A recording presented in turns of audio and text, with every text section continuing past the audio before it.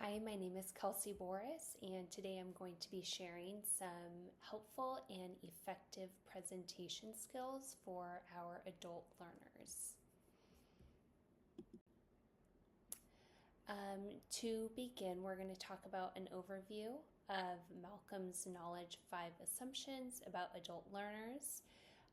The first is self-concept, experience, readiness to learn, orientation of learning, and motivation. So in self-concept, adults become more self-directed. In experience, they're drawing on their own personal experiences. For readiness to learn, these adults are ready to learn and continue their education. In orientation to learning, the learning is shifted from subject-centered to problem-centered, and in motivation, which is super important, adults are driven by their internal motivations. So why do we use these andragogical principles in our professional development? When using these principles, it keeps the information relevant and engaging for adult learners. It tailors to the needs and experiences to the participants of these adult learners, and it focuses on practical applications for real-world contexts. Here are some best practices for presenting to adults. One practice is to keep slides very simple and visually appealing, not having too much text or information on a slide. Another practice is focusing on just key messages, and we don't want to overload our listener and these adults as they are receiving all of this important information. So really not giving too much information, not overloading our adults.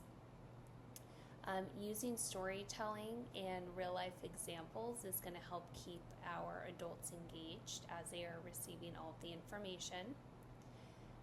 Encouraging participation through questions and discussions. This allows our adult learners time to process the information that is given through questions and discussions with their peers. And lastly, keeping our engagement high with our adult learners by using multimedia. So it could be pictures, videos, text, anything that's really going to draw and keep our adult learners engaged during this presentation.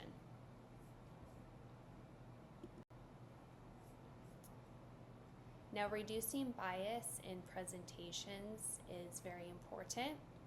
So a few bias considerations are recognizing the different ethnic groups, gender biases, cultural differences that may affect the delivery during the presentation.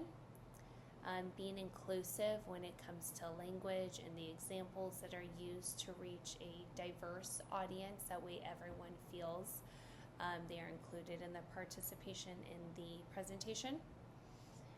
Actively seeking feedback from the listener and these adults to understand their different perspectives will also help keep them engaged as well.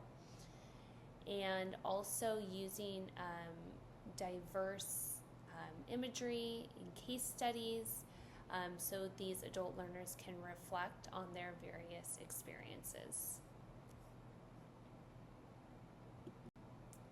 These are some best practices when presenting to our adult learners. Thank you for listening.